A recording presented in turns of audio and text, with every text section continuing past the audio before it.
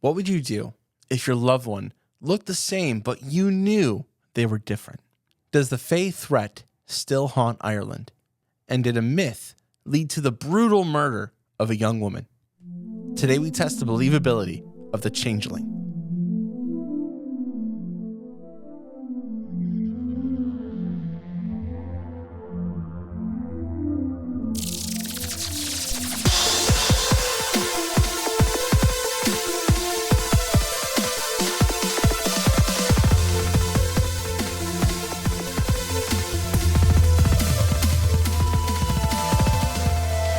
Welcome to Believing the Bizarre, Where we dive into the unknown and the unusual and tell you whether or not we find it believable. Welcome to Tuesday, where we are here fighting off Tyler's arch nemesis, static electricity. And the cold. This is a handicap match. Well, actually, it is a tag team because I assume you're on my team. I'm on the other team, actually. Oh, it's 3 against 1.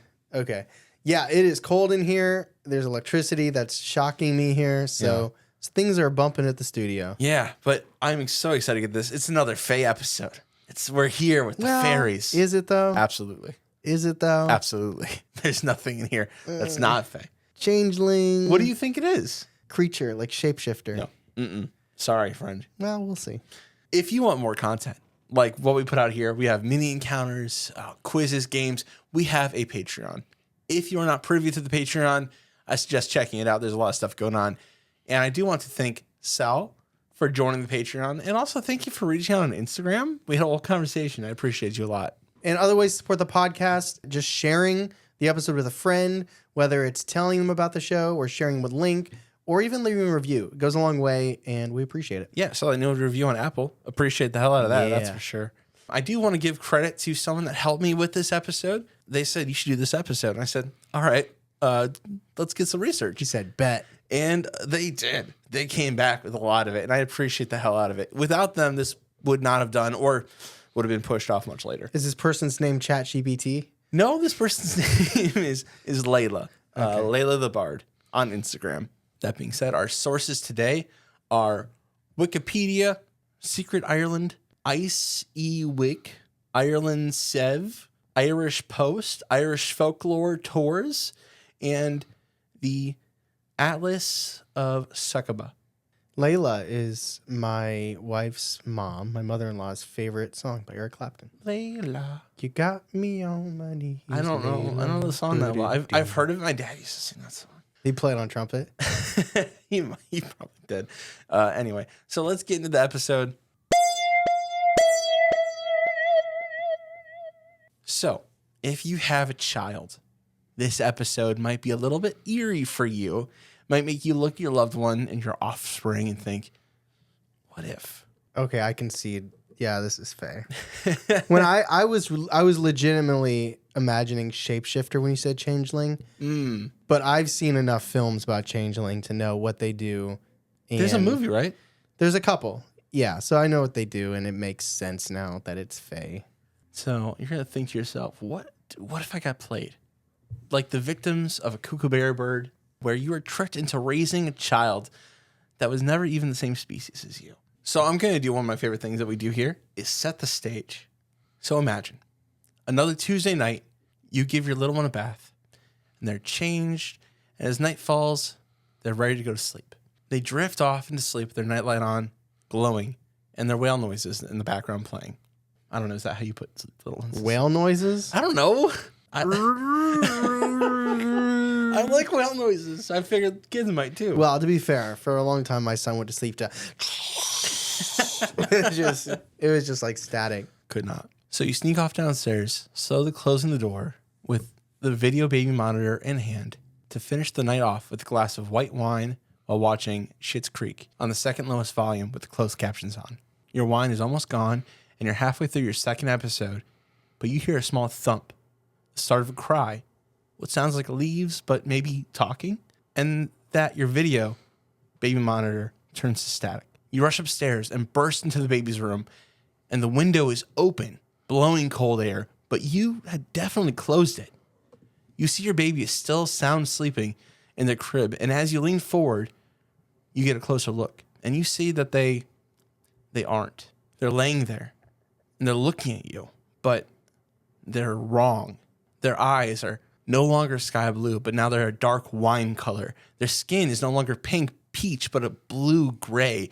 And they're looking with this wicked intelligence, and they smile with razor sharp teeth. Your baby has been taken, and you've been left a changeling. Scene. What kind of white wine? A Sauvignon Blanc. Ew, David. we drink cabs around here. Oh, okay. Or red blends. That's... I could see how this would be terrifying to any parent. Absolutely. It's kind of twofold, because it's one, there's this foreign creature in here. Yeah. But two, that means my child is who knows where, what's happened to him. Yeah. And there's a deep-rooted tradition into the changeling and why it's such a scary thought. So let's dive into some of the history and lore of the changeling. Ireland is an ancient land that has been filled with Gaelic stories for thousands of years. The mysteries and supernatural beliefs of Ireland go long back and have formed the roots of Ireland. The changeling is one of those long-told stories that have been on the mind of millions of Irish parents as they lay down their children to bed each night. The long-held belief of the Ishi, the Irish word for fairy, or the fairy folk, or those that come from the mound, believed to be descended from the Gaelic gods, are encapsulated in the Gaelic mythology. And the Ishi, or fairies, were thought to do the impossible. The myths of the changeling is so ingrained in Irish superconscious that it's still relevant today and may be the basis for the most infamous case of suspected witchcraft murder in Ireland's history, the murder of Bridget Cleary. Superconscious? I've never heard of that. Superconscious? Isn't that? I've thought that was a word. There's a word that you've used. Not subconscious, but collective unconscious. The collective unconscious. Yeah, I thought that'd be another word for that. Superconscious. Superconscious. No, I mean if you're dropping new words over here, I'll let Webster know. It's cool. I like superconscious. I think that's a good way to refer to that. Okay. Are we sure they're not just drinking a lot and they bring the wrong child home? They're like, how did you get in my home? You know what I mean? That was pretty Scottish. Same thing. I don't think that's the case. That's pretty. I think they're proud about their drinking, right? Or is that just a stereotype we get here in America? It's a pretty stereotype, yeah. Okay. They do have, what is it? Not Scotch, it's whiskey. And they have Guinness. God, do you like Guinness? You don't like No, beer? I don't like beer. Now, in Irish folklore, the changeling is actually just a fairy left when a human baby is taken, literally changing it out. The changeling is what the fairies leave. Now, the fae would look for healthy human children, and sometimes it's said that children born with a caul, and we talked this a long time ago, over their face, are said to be chosen already, or even taken by the fae. Now, as we'll learn about in the case of Bridget, it's not just babies that are in danger of being taken and replaced. Women were also in danger of being replaced by the otherworldly fae. As to why women were abducted, it seems that they were targeted as if they stuck out by not having children at a young age, or sticking to themselves, or being intelligent, doing things independently. Those things would make them targets for the fae.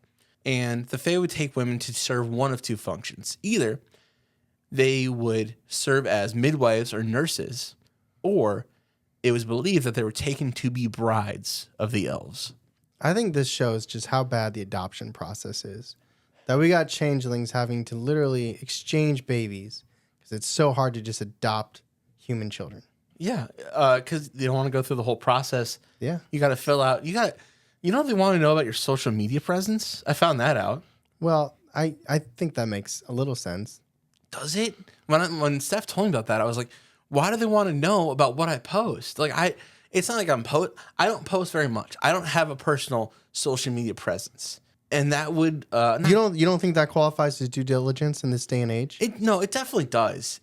I think it's smart to check it out, but I think because you don't post a lot isn't a reason to not be able to adopt. I think it's like a credit score. Like if you don't use credit, it shouldn't hurt you. It's not, no credit's different than bad credit. So not posting on social media should be viewed as better than doing a bunch of really bad posts. It should be, but it's not. Well, you better start. Yeah, that's something we talked about. So when the changeling child grows up, do they then leave the human family to then complete the cycle of having their own baby and then exchanging it again?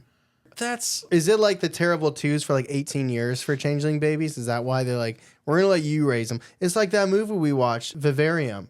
Oh, yeah. Do you talk about that? Are those changelings? No. Those are aliens. Yeah. But same thing. Well, kind of. They give you a child. They don't take yours. Yeah, they don't take yours. But they force you to raise it. Yeah. I mean, that's very similar, actually. I didn't think about that movie. Yeah. But growing up is a topic we'll get into later. We're talking about growing up on this podcast. We're talking about life. This is growing up. We'll talk more about the changeling life cycle in a little while here. Now, the fairies, or the fae folk, were neither good or bad or neutral. They held both and had capacity for both, like humans. Fairies have a certain jealousy of humans, though. That is very a natural thing. It comes from the desire and the beauty and the vitality of humans. Now, some ways to protect your children from a changeling is to have iron objects around them while they sleep, around their crib, almost like a gate, because iron is said to be harmful to the fae. Like we know, we got knives sent to us from our blacksmith friend, Jeremy. Maybe it just shocks them like I get shocked. No, it's supposed to like almost eat at their essence, which is, I find very fascinating. Now, they would leave things in the past like iron scissors and horseshoes and other things like made of iron, like fire pokers. But they were laid like almost like a gate, like I said. Something else that also acted as protection was the shirt of the father laid upon the crib. This is also said to act like a guard against the fae to your children. Is it like not a sacrifice, but it's like a show of affection? Yes, I think it's like this child is wanted. Please don't take it. That's what I think it means. And also I think there's that fear of the paternal there. That strength, the masculinity of like the father, like not just the mother's shirt, it's the father's shirt. It's like extra small though. They're like, yeah, we can take it. pretty small, dad. But like, I also think of it almost like, this is a gross analogy, like a dog marking its territory. Like this is like, don't you dare. Like put the shirt you wore after working in the yard all day. So there's some nice musk in the there. baby's not going to like it so much. Well, and of course, things such as crosses, Christian symbology are another really big way to drive away the fae, which is kind of really has like deep connections to religion, driving away the pagan beliefs and taking pagan myths and making them evil, kind of doing that whole thing. So you need an iron bed. Might as well just put them in an iron coffin. Yeah. Put the dad shirt on top, but make sure they're also wearing like a cross necklace. Yeah, that's how you do it. That's how you save your child. but don't let them sleep on their stomach. Dangerous. Yeah, you gotta. I actually found out the other day. Did you put your kid in a sleeping sack? Yeah. You did? Yeah. That's crazy to me. Sleep It's sack? a sack. Yeah, it's the cutest thing ever. It's a little burlap sack. I didn't mean we didn't. Like they sell ones now that you zip up. You don't have to like. It's not like folding. It's not like folding a burrito. You don't have to work at Chipotle for 6 months to do it first. I had never heard of that. I saw it on a TV Sleep show. sack? Yeah, and Steph is like, yeah, you put them in sacks so they don't. I was like, so they don't what? So they don't like. So they don't. So what if somehow you do get tricked, you get bamboozled, and you need to know how to tell that your baby is a changeling? Wait. Okay. So they can pretend to look human. They have the ability.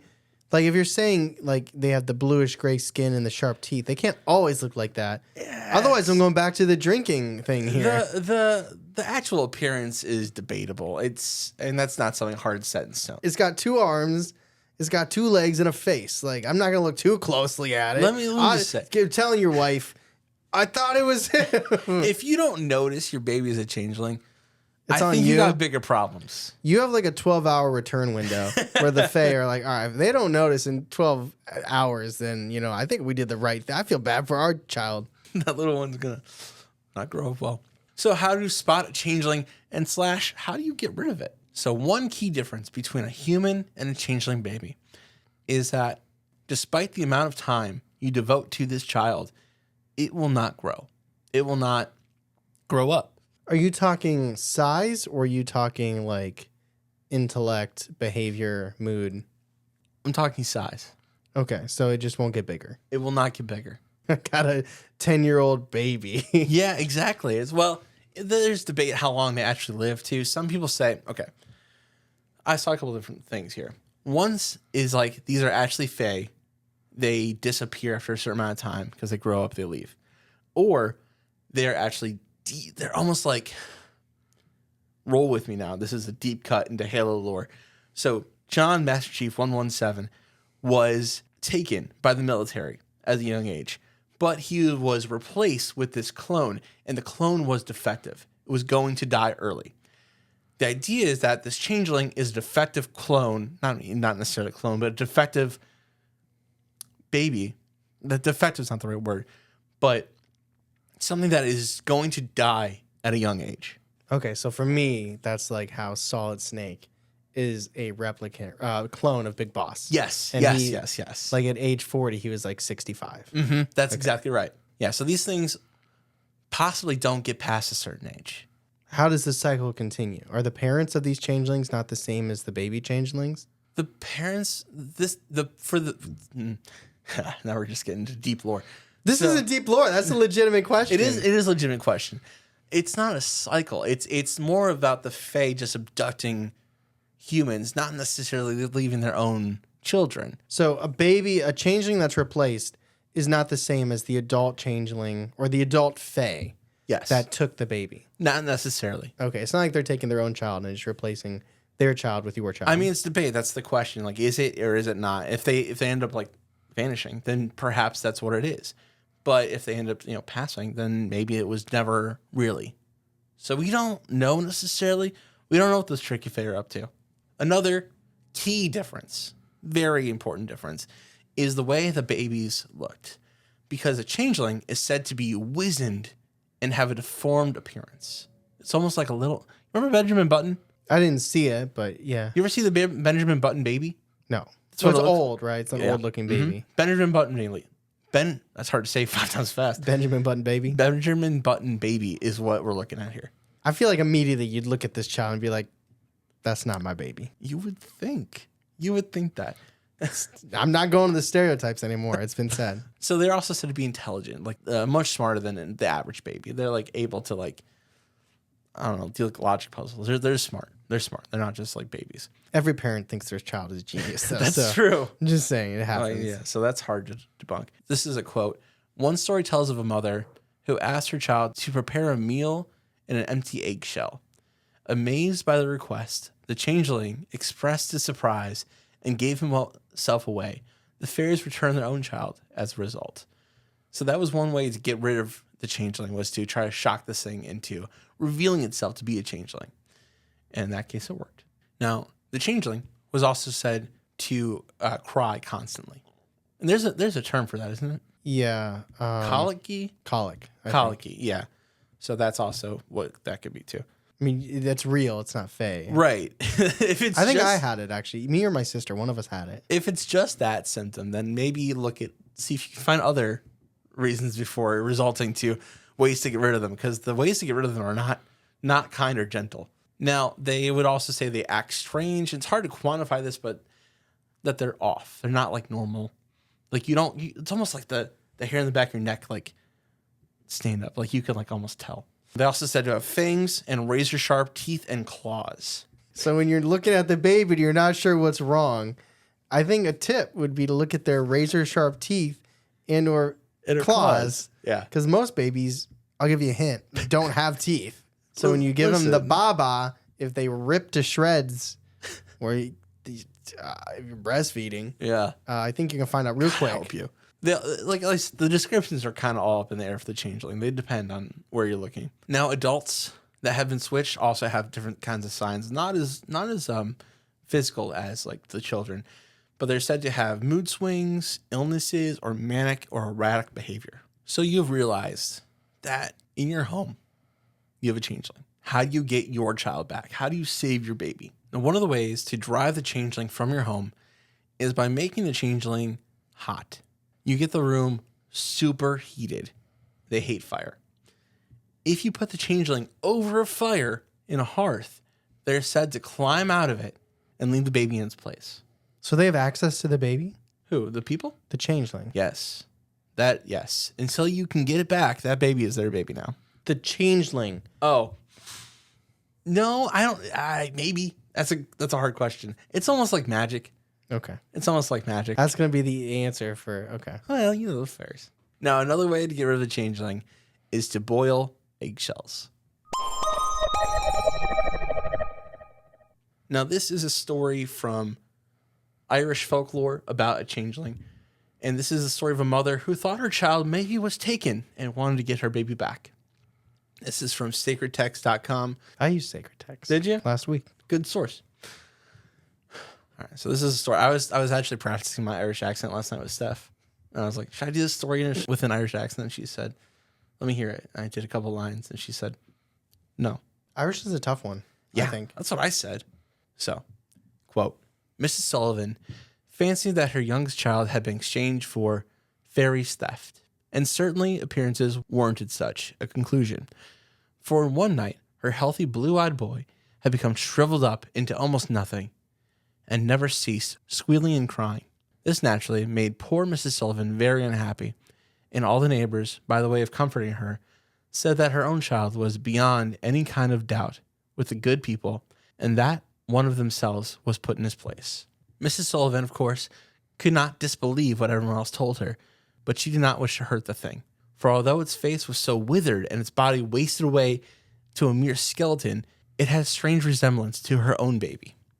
She, therefore, could never find it in her heart to roast it alive on the griddle, or burn its nose off with a red-hot tong, or to throw it out of the snow on the roadside. Notwithstanding these, and several like proceedings, were strongly recommended for her to recover her own child. One day, who should Miss Sullivan meet but a cunning woman, well known about the country by the name of Grey Ellen. She had the gift of telling where the dead were, and what good the rest of their souls, and could charm away the warts and wens, and do a great many wonderful things for some nature. She said, quote, "You're in grief this morning, Mrs. Sullivan," were the first words Ellen told her. "You may say that, Ellen," said Mrs. Sullivan, "and good, 'cause I am in grief, for there was my own fine child whipped off from me in the cradle, without as much as, by, ask your pardon, and an ugly donny bit of shriveled up faerie put in its place. You see, that is my grief, Mrs. Ellen." "Small blame to you, Mrs. Sullivan," said Ellen, "but are you sure 'tis a faerie?" "Sure," echoed Mrs. Sullivan. "Sure enough, I am my sorrow, and now I doubt my own two eyes. Every mother's soul must feel for me." "Will you take an old woman's advice?" said Mrs. Lee, fixing a wild, mysterious gaze upon the unhappy mother, and after that pause, she added, "Maybe you'll call it foolish." "Can you get me back my child, my own child, Ellen?" said Mrs. Sullivan. "If you do as I bid," returned Ellen, "you'll know, Mrs. Sullivan. You'll know." Mrs. Sullivan was silent, and Ellen continued, "Put down that big pot full of water on the fire, and make it boil like mad. Then get a dozen newly laid eggs, break them, and keep the shells, but throw away the rest. When that is done, put the shells in the pot of boiling water, and you will soon know whether your own baby is a boy or a faerie. But if you find that the faerie is in the cradle, take the red-hot poker and cram it down its ugly throat, and you'll not have much trouble with him after that, I promise you." Home went Mrs. Sullivan, and did as Ellen desired. She put the pot on the fire, with plenty of turf under it, and set the water boiling at such a rate that it is ever wonder it was not red hot, as it surely was. The child was lying for a wonder, quiet and easy, and quiet in the cradle. Every now and then, cocking its eyes, that it would twinkle and keen as the stars in the frosty night over the great fire and the big pot upon it. And he looked with great attention at Mrs. Sullivan, breaking the eggs and putting down the shells into the boil. At last he asked with the voice of a very old man, "What are you doing, mammy?" Mrs. Sullivan's heart, as she said herself, was up in her mouth, ready to choke her, at hearing the child speak, but she contrived to put the poker in the fire, and answered without making any wonder of these words, "I'm brewing a Vic," which means my son. "And what are you brewing, mammy?" said the little imp, whose supernatural gift of speech now proved beyond question that he was a fairy substitute. I wish the poker was red, thought Mrs. Sullivan, but it was a large one, and took a long time of heating. So she determined to talk to it until the poker was proper state, to thrust it down his throat, and therefore repeated the question. "Is it what I'm brewing, a Vic?" she said. "You want to know?" "Yes, mammy. What are you brewing?" retorted the fairy. "Eggshells, a Vic," said Mrs. Sullivan. Oh, shrieked the imp, starting to get up in the cradle and clasping his hands together. I am 1,500 years in this world, and I never saw a brew of eggshells before. The poker, by this time, was quite red, and Mrs. Sullivan seized it and ran furiously toward the cradle. But somehow, over her foot she slipped and fell flat on the floor, and the poker flew out of her hand to the other side of the house. However, she got up without much loss of time and went to the cradle, intending to pitch the wicked thing that was in it onto the boiling pot of water, when she saw her own baby sleeping sweetly in the cradle on his soft round arms rested upon a pillow. His features were as placid as the repose they had never been disturbed, save the rosy mouth, which moved with gentle, regular breathing. End quote. End story. Well, she got the baby back. She got the baby back. You just got to threaten him. You got to really push him around. You got to trick him with the boiling eggs. He was like, what the fuck are you doing? That's a cute little story, right? Yep. Yeah. How long did she have the changeling? I think it was only a couple days. Okay. Yeah, it was. She noticed pretty quick. Yeah, Miss Sullivan was on it. So now we're going to talk about something a little more real, a little darker. The murder of Bridget Cleary. So this is the murder of Bridget Cleary. Never heard of this. No, I don't imagine you would have, but it's pretty nuts. This happened in Ireland many years ago. So the tragedy of Bridget Cleary was an incident that took place in 1895. This was a murder of a young woman who lived in Tipperary, Ireland. Bridget was very independent, especially for the time. She worked as a dressmaker and an egg seller. She was intelligent, beautiful, and ambitious, qualities that might have made her stand out in the rural community. Now, Michael and Bridget, her husband, were both literate, and they were well off. They had a home that was made of stone and glass in the windows, juxtaposed to the mud-walled shacks of most of the people in town. It seemed like Bridget was a woman of the future. This was the cusp of the 19th century, and she was starting to do things more independently. But to quote an Irishman, nothing is more certain than that there are fairies at this time in Ireland. That's just random villager that they quoted. Well, it was the rural community at the time because, they were going forward, but the town was stuck in the past. 2 steps forward, 1 step back. Absolutely. Now, Bridget became ill on a Monday after she was delivering eggs. She just couldn't seem to get warm. And it got to the point where it was very bad, to the point where a couple days later, a priest actually came to the house to give her last rites. It's like, you got my eggs too, right? Father, forgive you. Take that. But this is when Michael's superstition brewed, and he began to wonder if his wife was still his wife. He claimed that she had even grown 2 inches, and she was too fine. The locals also began to speculate with him, and they became violent. Now that night, Michael and some of the other men pinned her down to her bed and screamed at her, saying things like, "Take it, you witch, or I'll kill you." They were trying to drive out the fairy. They threw urine on her and threatened her with a hot poker, burning her forehead again and again. And Michael questioned Bridget. Now, to quote one of the cousins that was there that night, he said that Bridget seemed wild and deranged. But by the end of the night, He's like, I wasn't thirsty, but he wanted me to keep drinking so I could keep peeing.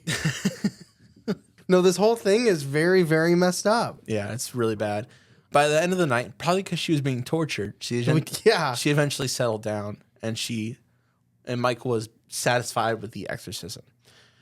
But that same day, later in that day, Bridget asked for a bit of milk with her tea. And that's when Michael did his best Mr. Crockett impression and screamed that she was a fairy.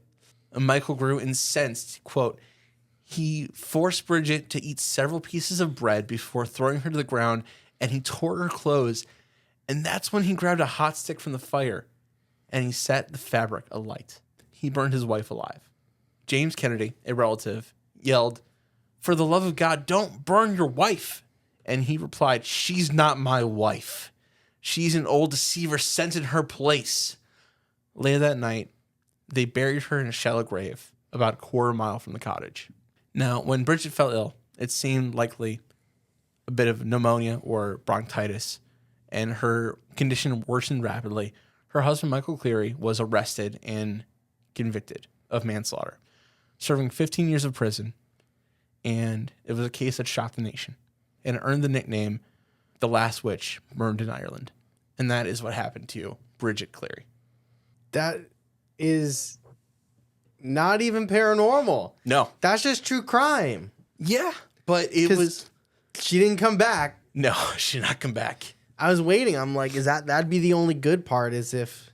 She just, appeared? Yeah, and you're like, oh, it was a fairy. No, it's real. Unexplainable. It's real. Yeah, he what really, year was this? Almost 1900. 1895, I believe it is. Yep, 1895. I like how they call it the last Irish witch. The last witch burned in Ireland. She wasn't a witch. No, she wasn't a witch. She was just smart and that was his ambitious. PR person that named it. Yeah. It's like, oh. Well, he thought the whole point of this was he thought she was actually a changeling, something put in her place. And there is an actual medical prognosis where you believe people close to you are not who they are. I think they use it on a Law and Order a couple times. Doesn't mean you can kill them. No, I'm not saying it's a pass. I'm just saying he and probably for needed his help. family to join in and be like, well, that's also part of the community too. Like they're all stuck in their ways. They believe these traditions, and that's what happens. Also, I think it's a song, "Angry Mob Justice." It's just that mob mentality where you lose your humanity and become that feral thing, that reptile brain. Man, the only way to cure a fairy is you got to curb stomp them, put her head down. Exactly.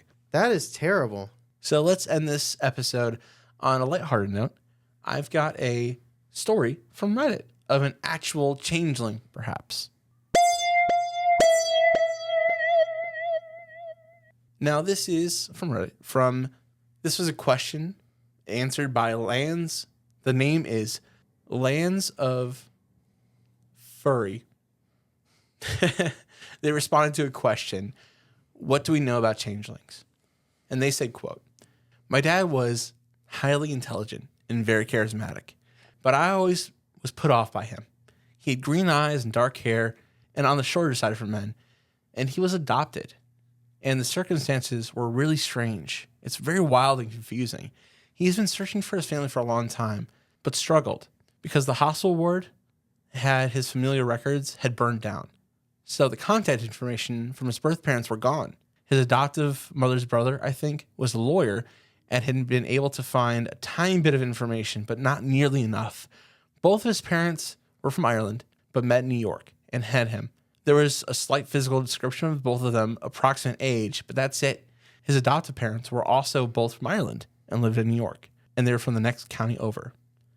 And that's the end of the quote. It's about how they think their dad might have been a changeling. Wait, that was the encounter? Yeah, that's the encounter. When you wrote it out and you copy and paste in your notes. Yeah. It passed all the checks you do?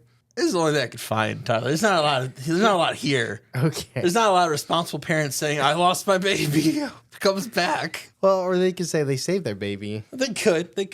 But that is the only real encounter I got of the changeling in modern times. So let's talk about this in the discussion. So let's talk about the changeling. The changeling are fae. How do you feel about that? It doesn't make me that what you just said does not sway me one way or the other. If I don't not believe in this, it's not because it's fae. If I do believe in this, it's not because it's fae. That's fair. I'm so taking and there's no weight there. I'm taking it as its own thing. Now, the myth, I think confronts a lot of harsh truths about reality. That like the changeling is kind of almost like if your child like has like autism in 1700, how do you explain that away? You know what I mean? Instead of mental illness essentially. Yeah, essentially. Like physical illness, or mental illness. If you don't want shame in that time, or you want to explain why it happened, it's like, oh well, this can't be my child. Yeah, exactly, and that's not that's really a bad way to look. It's a terrible way to look at it. But like back in well, we're not saying that. No, no, but I think these are reasons why this may have come about. I don't know. Although it's hard for me because I feel like I'm in that weird place where I do believe in the fae and this kind of thing, but to me, logically, there's a lot of really good explanations for what it is. There's also, like the labeling people as otherworldly when they're just a little bit strange. And it just shows that small community of the Irish villages, right? That they easily talk amongst themselves and they push out the other. And these women, like Bridget, she was independent. She was smart. She wasn't necessarily someone that fit the mold there. So that's a big reason why this happened to her. And that's terrible. But I think it's the truth. Now, I wonder if there's any supernatural element to this. Again,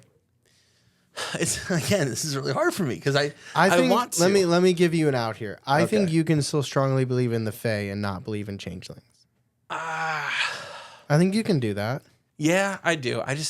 I've always loved the myth of the changeling. It's like the square and the rectangle, right? Like every changeling is a fairy, but not every fairy is a changeling. So you can still believe in some fairy and not believe in the changeling. I mean, that totally makes sense. But it's just something that I've always loved. Like the idea of this, like swapping. It's like, it's almost like I have to like put down a darling. Like after doing the research, I almost have to do a 180 and I hate that.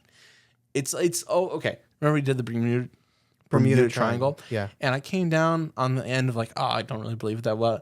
I didn't really like it that much to begin with. But this is different because I like this a lot going into it. I still like the story. I think you outed where it came from with people making excuses for their children being certain ways. I think the myth and the lore of it is incredibly interesting, makes for great stories, great films. Absolutely. But when you look at the historical accounts, when you look at the current Reddit, I mean, Reddit is a breeding ground for creative writers. And you could even find like a good fake story.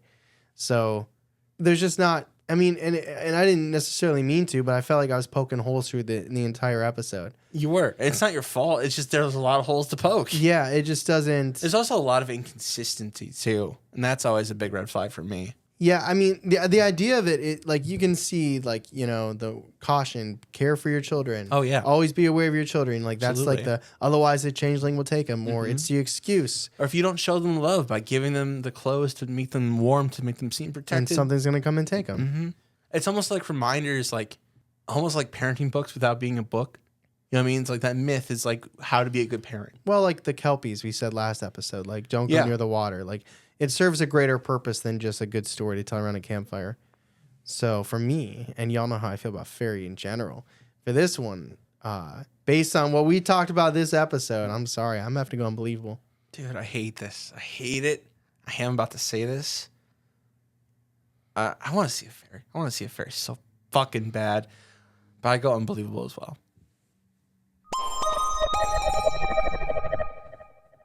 Thank you for listening to this episode about the Changeling. Or watching. That's right. Again, this was really hard for me. I know I keep harping on that, but this was difficult. One thing I really like, I do like the story of the Changeling. Like, it does make really good films. It could easily make a very good, like, story, fiction, narrative, or whatever. But there just was no meat to, like, anything. Like, I was even going to put this one off because I wouldn't have done it if it wasn't for... Layla, that's right.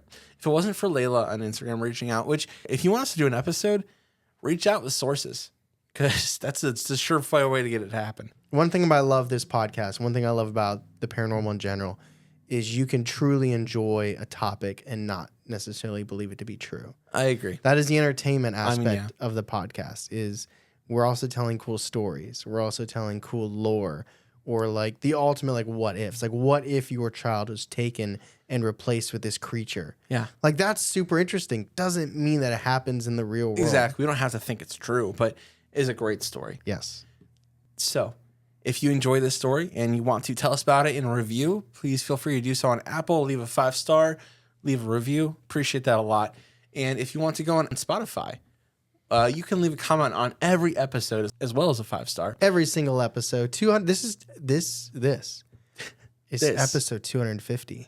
Oh, that's cool. 250. That's this episode. Half of 50. No, it's half of 500. Yes, I got that. It's a quarter of 1,000. And I do have some Spotify reviews I want to read.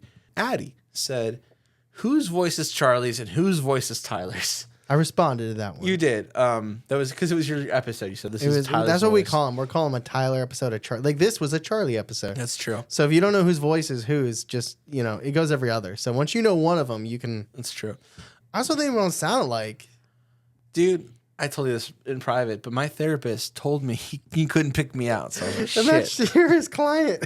Yeah. I was like, damn. So maybe we do sound more like than we think we do. So I am Charlie. Hello. Which obviously means I'm Tyler. You could also watch. Well, actually, our names. Maybe I'll make sure our names come up. That's a good idea. Maybe I'll give us name tags Just neon in above our head. in the video. Yeah, watch the video if you don't know. We are doing full video podcasts, at least for now. Until my head blows up. But That's right. Until then, I'll sweep it up. Yep. So Jenna Christensen said about the last episode, the Raven Mocker. The Raven Mocker. This slightly reminds me of the creature from the episode way back, the Phoenix in the Forest. And I was like, shit. When I saw that, I was like, she's kind of right.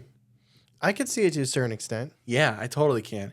Now, that was more southern, but still, that was about a giant bird person, essentially. And then Jarcaroni said, Scottish folklore, keep away from the water or you'll drown. Native American folklore, keep away from grandma or she's going to kill you for your leg. Yeah. Which I really enjoyed. Addie the Hobbit said, I just started watching a few episodes ago, and this has easily become one of my favorite podcasts. I love y'all. I love you. Thank you for coming in. Thank you for saying that. Appreciate that a lot. And remember, if you want some bonus content, quizzes, games, watch movies with us, all that type of extra bonus content, merch and everything, check us out on Patreon. There's a lot of bonus content over there and a little community of people who enjoy it. And it's fun to put it out. We enjoy everything we put out there. So thank you guys so much for listening. We appreciate you. As always, I'm Tyler. And I'm Charlie. And catch us next week on Believing the Bizarre. The podcast is bizarre as you are.